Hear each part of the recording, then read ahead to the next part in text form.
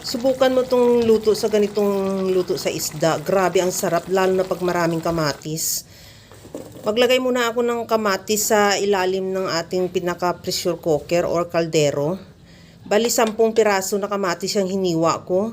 At isunod ko na rin ilagay yung 4 na pirasong galunggong na hiniwa ko lang din sa gitna. Maglagay na ako ng patis.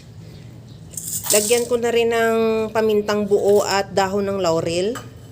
At isunod ko na rin ilagay yung sibuyas at nilagay ko na rin yung pinakaputi ng onion leeks. At ilagay ko na rin ulit yung tinira kong kamatis. At isunod ko na rin ilagay yung siling green. At ilagay ko na yung dahon ng sibuyas or onion leeks.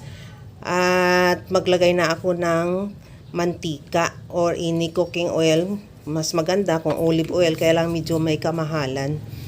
Takpan ko na yan at lutuin sa pinakamahinang apoy lang hanggang sa maluto yung ating isda. At the same time, yung talagang lalambot yung tinik niya.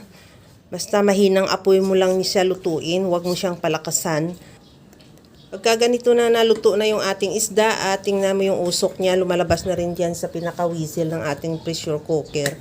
Ganyan lang, buksan lang natin at medyo magsingaw sa ng kaunti dahil hindi yan sabihin na nakakatakot kahit kumukulo pa siya. Pwede mo siya buksan at okay na tong ating isda o yung ating paksiw na galunggong sa kamatis. Kaya mga kalasa, kung nagustuhan mo yung ating video, please like na lang at pakishare na rin sa inyong mga friends.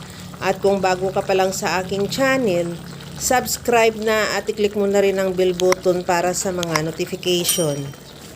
Kaya mga kalasa, alam ko kayang-kaya mo tong gawin dahil sa sobrang simple at napakadali niya lang lutuin.